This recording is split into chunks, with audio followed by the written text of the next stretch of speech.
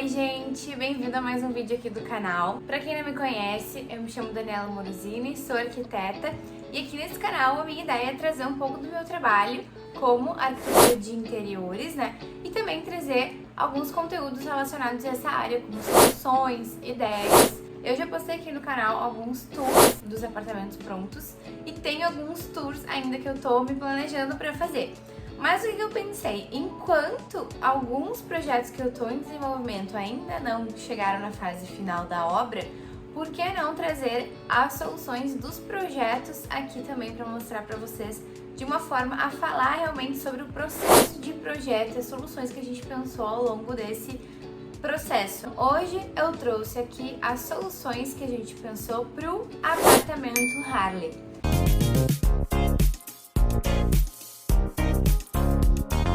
Esse é o apartamento do Léo, um apartamento que tem 45 metros quadrados.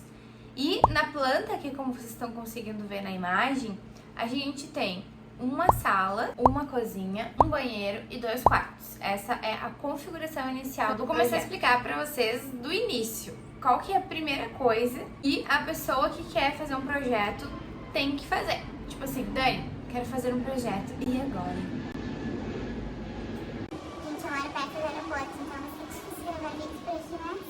Temos fé. Enfim, tem um apartamento, quero fazer um projeto, o que eu tenho que fazer? Primeira coisa, a pessoa entra em contato comigo, ela vai me dizer, Dani, tem um projeto, tem um apartamento, quero reformar meu apartamento, quero saber valores, quero saber como funciona.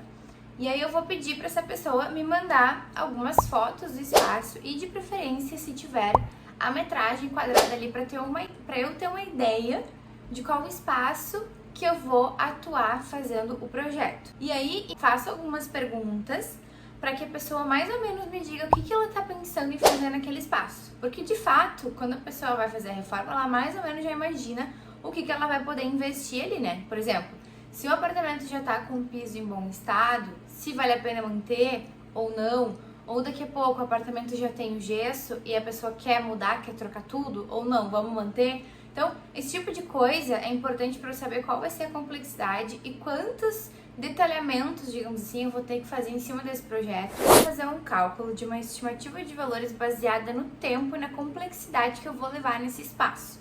Por que que eu não cobro por metro quadrado? Porque na minha concepção não faz sentido eu cobrar. Vamos supor, a gente tem ali um galpão de 50 metros quadrados que vão ter algumas estações de trabalho, por exemplo. Ao mesmo tempo, a gente tem um apartamento de 50 metros quadrados, ou seja, tem o mesmo tamanho, só que esse apartamento ele tem 2 quartos, um banheiro, uma sala, como esse apartamento aqui, e uma cozinha. Então pensa, quantos detalhamentos eu vou ter que fazer? A planta de piso, planta elétrica, planta hidráulica, planta de revestimentos, planta de pintura, planta de layout, né? Todos os detalhamentos de marcenaria, de todos os cômodos, então é muito mais coisa do que, por exemplo, um galpão que vai ter ali algumas estações de trabalho, vai ter algum detalhamento de marcenaria, mas vai ser muito menos complexo do que o outro. Então, só para explicar para vocês por que eu não cobro por metro quadrado. Mas, enfim, voltando ao que interessa. Depois que tu me falar, por exemplo, o que tu quer fazer no teu espaço, mais ou menos me mandar umas fotos e uns vídeos, eu vou conseguir precificar. Então, eu vou conseguir elaborar uma proposta. Aí a gente marca uma reunião onde eu vou explicar o que é o projeto. Eu posso fazer um vídeo aqui também explicando como que funciona tudo que está incluso dentro de um projeto. Mas mais ou menos vocês já vão ter uma ideia aqui quando eu for explicando o que a gente pensou para o Harley. Então assim, depois que eu passo o orçamento, então, se o cliente quiser fechar, se ele tiver sentido que tem a ver o meu trabalho, aquilo que eu proponho com aquilo que ele precisa, ele vai fechar comigo e a gente vai marcar o que eu chamo de levantamento, que é a primeira coisa que a gente faz quando começa um projeto. O que é o levantamento? Eu vou no espaço e vou tirar todas as medidas daquilo que existe no lugar. Então eu preciso anotar tudo, eu preciso anotar medida do país, medida da altura, medida da janela, medida das larguras dos apartamentos, se tem pilar, se tem viga, as tomadas que já existem pra gente saber se vai precisar adicionar novas tomadas ou não, os interruptores, quantos teclas tem em cada cômodo pra gente saber se a gente vai precisar adicionar circuitos novos ou não, enfim. Tudo isso a gente precisa levantar para colocar na planta. Então, depois do levantamento, a gente vai para uma etapa que a gente chama de briefing, que é um questionário que eu vou mandar ou uma reunião que a gente vai fazer, dependendo da disponibilidade que a pessoa tiver, fazendo algumas perguntas específicas sobre o dia a dia dela, sobre o que ela gosta de fazer dentro de casa, sobre, enfim, infinitas perguntas que eu posso fazer também um outro vídeo falando sobre isso. Por quê? Porque eu preciso conhecer a pessoa que vai viver neste espaço. Eu jamais faria um projeto genérico daquilo que eu acho que a pessoa vai gostar, porque senão eu vou estar perdendo tempo. Aí eu vou fazer o projeto, vou mostrar pra pessoa, a pessoa vai achar ruim, eu vou ter que refazer 50 vezes até chegar no ponto que a pessoa vai gostar.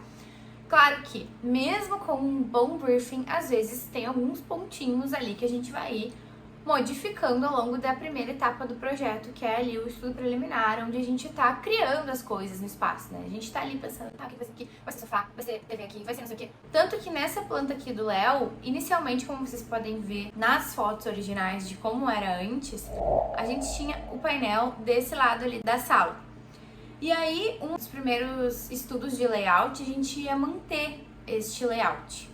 Mas aí, conforme a gente foi conversando, como o sofá ficaria logo onde a gente entra, daria de cara para a lateral do sofá, e por outros motivos, a gente acabou decidindo alterar. A gente então deixa o sofá no outro lado, onde antes era o painel, e no lado onde antes era o sofá, a gente vai aproveitar, na verdade a gente já tá em obras, né? Então já foi feita essa parte, para tirar um pedaço da parede e a gente integrar pelo menos um pedaço da cozinha com a sala. A gente não tirou tudo, até porque ali atrás é a lavanderia, não tem por que integrar toda a lavanderia junto com a sala, né? E também pra gente deixar um pedacinho de parede ali suficiente pra gente poder colocar o painel da TV, né? Então a gente pegou ali e fez bem certinho, tá? Qual o tamanho da TV, qual o espaço que a gente vai precisar pra TV, qual o espaço que a gente consegue de sobra ali pra ter mais ou menos umas 2 cadeiras nessa banqueta, o espaço suficiente para circulação para entrar na cozinha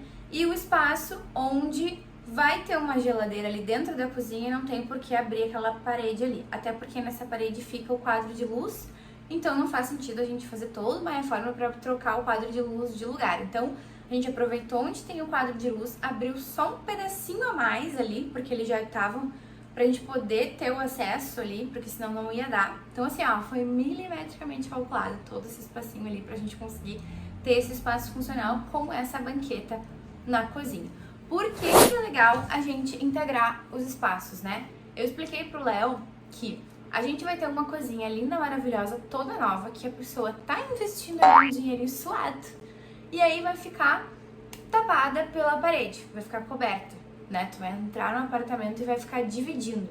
Quando a gente integra os espaços, além de dar uma sensação de amplitude muito maior para o espaço, porque aumenta o teu campo de visão, tu consegue enxergar aquilo tudo de uma maneira mais ampla, tu também tem essa questão de ter a integração da cozinha com a sala, né? Então eu falei pra ele, imagina tu tá aqui fazendo uma comidinha, o pessoal tá ali na sala tomando uma cerveja, vendo o jogo, enfim, jogando videogame, e tu tá ali conseguindo integrar com o pessoal, conseguindo, né, fazer essa vivência nos momentos que tu tiver visitas, ou enfim, família, né, então, ou até quando tu tiver com a tua namorada, né, namorada, esposa, enfim, que ele tem uma namorada hoje, né, quando ela estiver aqui contigo, daqui a pouco ou tu tá ali na sala, ela tá aqui na cozinha, então tu consegue usar esse espaço de uma forma integrada, e isso é bem interessante no dia a dia, né.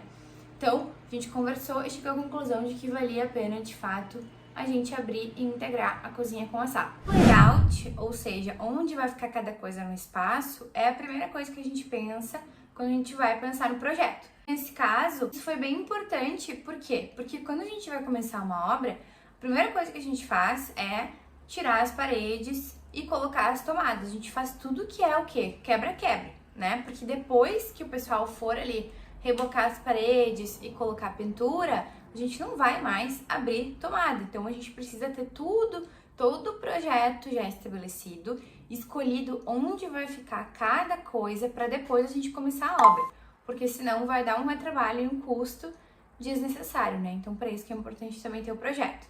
Enfim, a gente definiu então que a gente ia integrar a sala com a cozinha. E aí o layout da cozinha, o layout original, né, de como era antes, ela era uma cozinha em L e tinha uma divisa da cozinha com a área de serviço. com aquela esquadria ali de madeira. E aí a área de serviço tinha um tanque ao lado direito e a máquina ao lado esquerdo. Quando a gente foi começar a pensar ali na composição do espaço, a gente se deu conta de que, na verdade, uma das propostas que eu tinha mostrado pro Léo era da gente fazer a cozinha em corredor, que é toda a cozinha lá do lado de lá, e a gente tem uma circulação maior pro lado de cá. E aí ele falou pra mim, não, eu acho que é melhor a gente manter como tá hoje, porque faz sentido deixar a geladeira onde tá, que é atrás ali da parede do quadro de luz, e fazer realmente uma cozinha em U, que daí a gente consegue aproveitar todos esses cantinhos e ter mais espaço de armazenamento. Então foi assim que a gente fez. A gente fez a cozinha em U, então a gente tem a geladeira. Aí uma das coisas que o Léo tinha me pedido era para do lado da geladeira ali colocar aqueles gavetões grandes para botar vassoura, para botar nos utensílios maiores assim de limpeza, né? Aí o que eu falei pro Léo? Eu falei, Léo, quando a gente tem um canto que tem pouco espaço, é melhor a gente botar alguma coisa que vai dificultar o acesso do canto. Poderia colocar o gavetão e perder o canto? Poderia. Tem alguns clientes que preferem perder o canto para ter alguma outra solução. Mas o Léo achou que também fica melhor, porque a bancada fica mais livre ali, a gente tem todo aquele acesso do cantinho ali, sabe? Da bancada mais acessível, sem colocar alguma coisa mais alta ali. Então, o que eu falei pra ele? Vamos colocar então esse gavetão para os utensílios de limpeza na parte de baixo, né? Aí ele disse, eu vi algumas referências lá, que é lá na base do móvel o pessoal coloca uma gaveta. O que eu acho sobre isso? Eu acho que assim, não existe certo e errado, tá? Eu gosto de sempre explicar para os meus clientes os pontos positivos e os pontos negativos de cada solução. Eu jamais vou impor pro cliente, não faz assim que assim é errado. Eu só vou explicar, olha, se a gente colocasse aquele gavetão lá embaixo, normalmente fica muito em contato com o piso. Então lá na base do móvel eu gosto até de colocar um sócolo, que é uma base em alvenaria onde a gente reveste a parte da frente com o próprio piso. Isso é um assunto também para um outro vídeo, senão vou me estender demais aqui. Ou até fazer o armário todo em MDF mesmo e da mesma forma revestir a parte da frente com o porcelanato. Por quê? Porque cozinha é uma área molhada, onde a gente vai ali passar um pano molhado, e com o tempo, o dia a dia, se tu é uma pessoa que tu limpa muito com água, assim, vai começar a inchar o MDF embaixo. Então, se a gente colocasse uma gaveta ali, um dos motivos é por causa disso. O segundo motivo, que a base do móvel da cozinha, ela tem que ser recuada do alinhamento do armário. Por quê? Porque quando tu chega perto da bancada, tu precisa ter o espacinho para encaixar o nosso pé. Porque o nosso pé, ele fica à frente do nosso corpo, né? Parece aquela... Fica à frente do nosso corpo aqui. Então, a gente precisa ter esse espaço pra gente poder ficar confortavelmente na frente da bancada.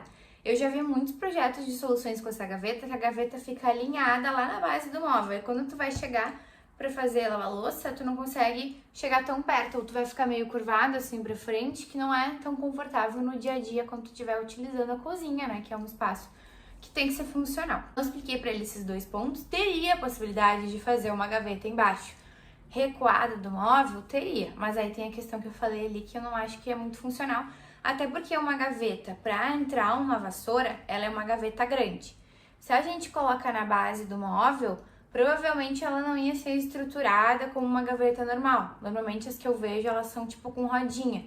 Daí na hora de tu puxar, ela vai ficar meio bamba. Enfim, vários motivos.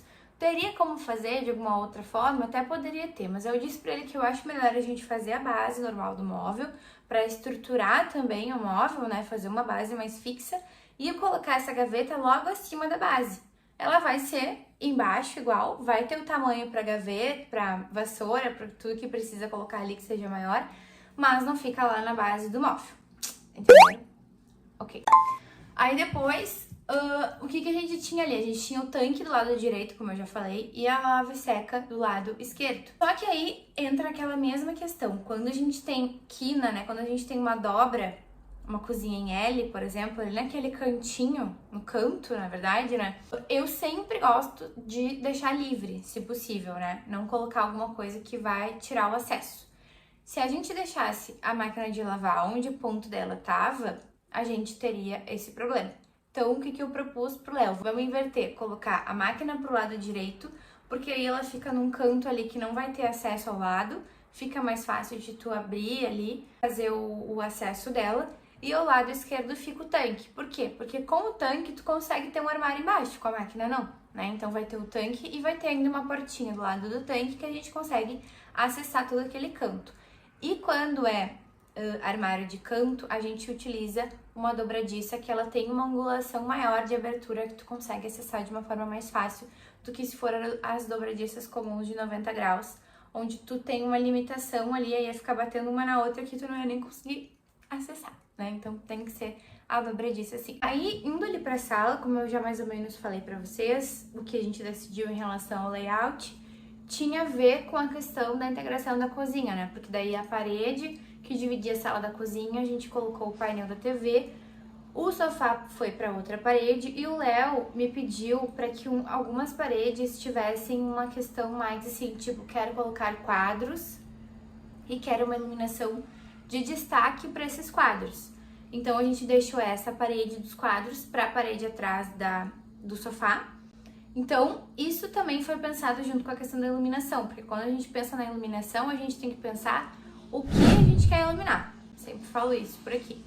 Então, na parede atrás do sofá, a gente deixa os spots bem pra trás, assim, porque, tipo, eu tô sentada aqui no sofá, né? Se o spot tá na minha frente, ele vai ficar ofuscando, porque o spot, ele é uma luz focada, que tem um certo ângulo, ele tem um ângulozinho assim. Então, se ele tá logo ali na minha frente, quando eu estiver olhando pra lá, ele vai estar em cima de mim. Então, o ideal é que ele esteja bem em cima de mim, ou um pouquinho mais para trás, para iluminar de fato a parede, né? E não uma iluminação geral, porque a iluminação geral a gente fez através do perfil de LED, que faz essa integração e dá também uma sensação de amplitude para o espaço, porque ele é uma linha linear, né?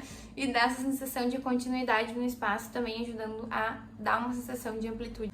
Então, a sala a gente pensou nisso. O sofá, então, ficaria na parede oposta do painel.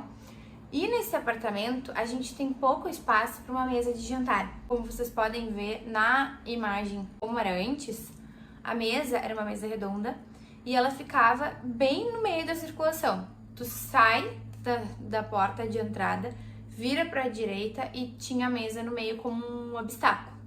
Mas realmente ali não tinha muito para onde fugir. Só que o Léo falou para mim que ele não queria uma mesa de jantar. Ele disse: Dani, eu não uso mesa de jantar, eu quero só uma bancadinha ali e, se possível, a gente fazer uma bancada ali nessa parede onde ela seja flexível, onde ela seja retrátil, que tu consegue puxar, usar quando não quer mais, devolve. Eu adoro essas soluções que tu consegue mudar as coisas de lugar. Inclusive, para quem ainda não viu o vídeo do AP Blue, tem várias ideias assim, que a mesa abre e fecha e sobe e volta, uma coisa muito louca. Mas que, como o apartamento era pequeno, a gente trouxe várias soluções que ficaram funcionais para o morador daquele apartamento. A gente teve essa ideia, então, de fazer esse rackzinho ali, nessa parte que fica voltada ali perto ao corredor.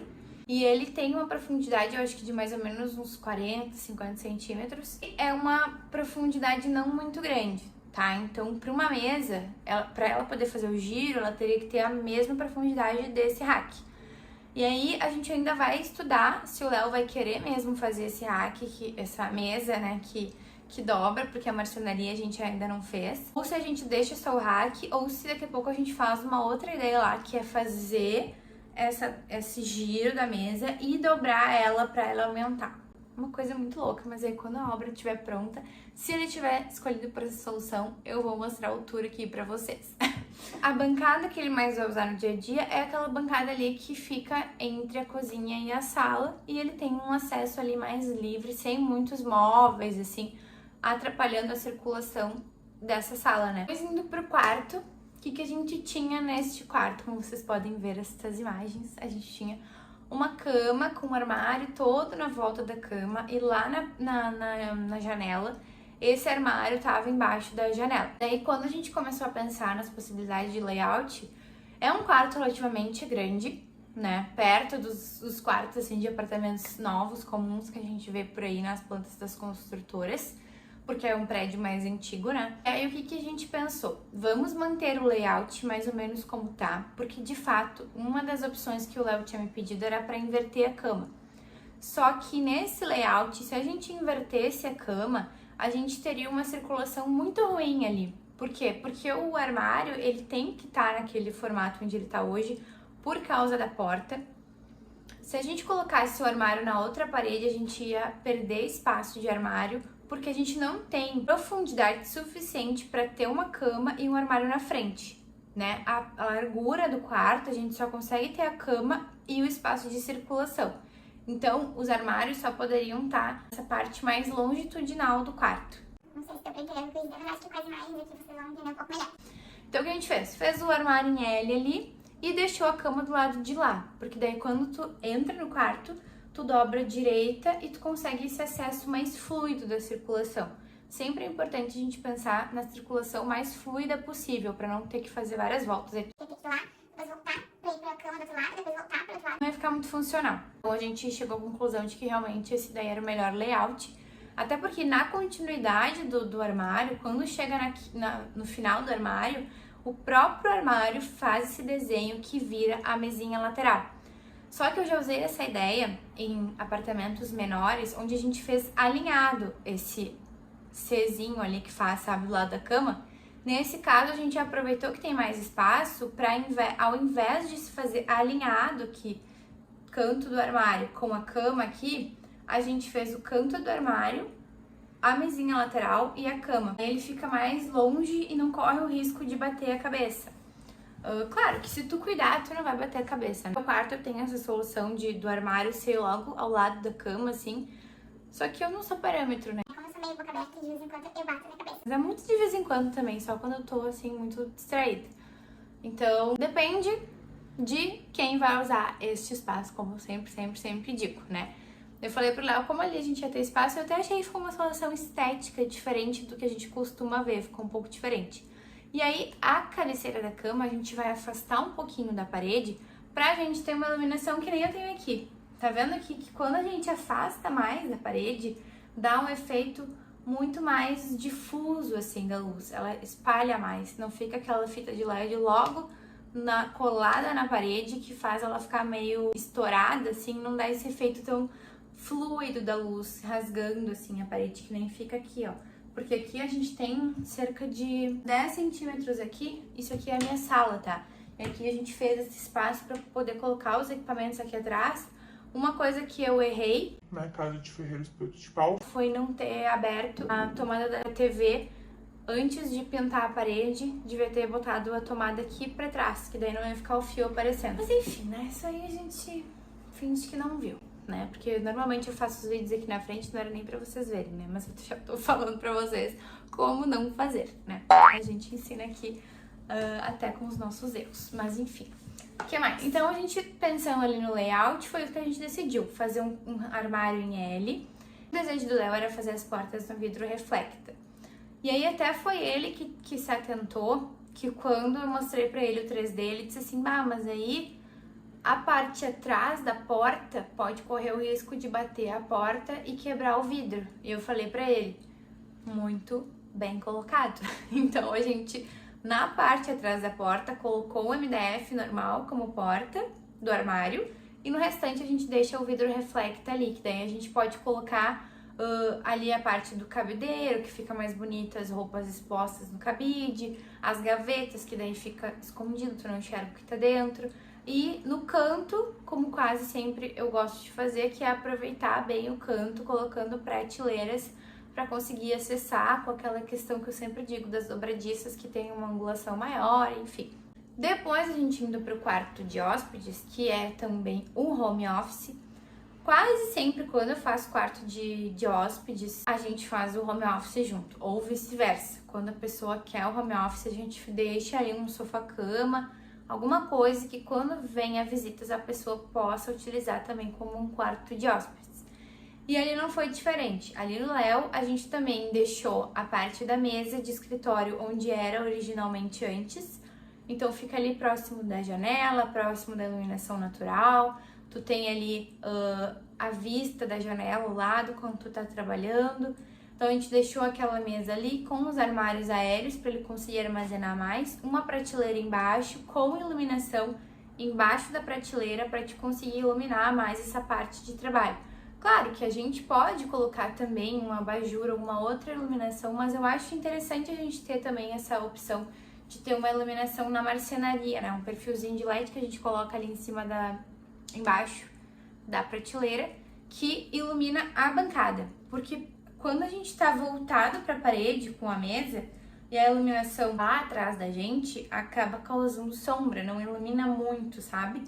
Dependendo do caso. Então é bom ter uma iluminação direta. Assim como na cozinha, também eu acabei não falando, que embaixo dos armários aéreos a gente vai ter também um perfil de LED ali para iluminar a bancada. Isso é quase que uma regra nos meus projetos, né? Mas tudo bem. A gente tem ali o armário, que fica logo ao lado, também um armário em L, e no cantinho do armário a gente fez os nichos. Eu tinha até proposto pro Léo uma outra ideia, que era deixar os nichos meio voltados para a porta ali, de uma maneira que não deixasse esse canto morto ali do armário na porta, mas ele preferiu que os nichos ficassem assim, dessa maneira, bem verticais, assim, com essa moldurinha, e desse jeito ele adorou, e assim que ficou então.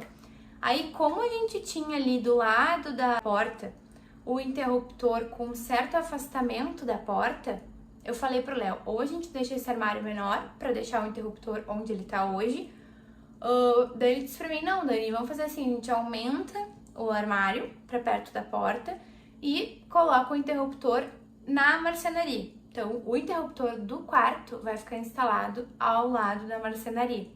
A gente faz ali a fiação por trás. No detalhamento de marcenaria eu já deixei esse detalhe especificado para o marceneiro fazer, deixar a parte de trás dos nichos um espaço para passar essa fiação, né? Então, tudo esses detalhezinhos a gente tem que pensar na hora de fazer o detalhamento dos projetos. A parede atrás da mesa e do armário ficou daí pro sofá-cama. Eu gosto bastante da ideia do sofá-cama, por quê? Porque normalmente os camas, quando a gente abre, eles viram uma cama de casal, então tu pode receber um casal. Se tu colocasse ali só uma cama de solteiro, ia limitar um pouco essa possibilidade, né? Porque uma cama de casal não tem como colocar ali por causa do espaço, né? Então o sofá-cama é uma ótima opção para quarto de hóspedes. Já fica a dica. E aí atrás da parede do sofá, aí ele vai colocar ali os equipamentos de música, que ele toca violão, ele toca guitarra, ele tem toda essa parte musical também, que é bem legal.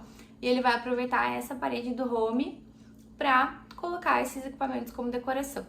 E aí, as cores do apartamento, eu sugeri para ele colocar cores mais claras, mas ele gosta de cores mais escuras. Então, a ideia é botar um cinza um pouquinho mais escuro em todo o apartamento.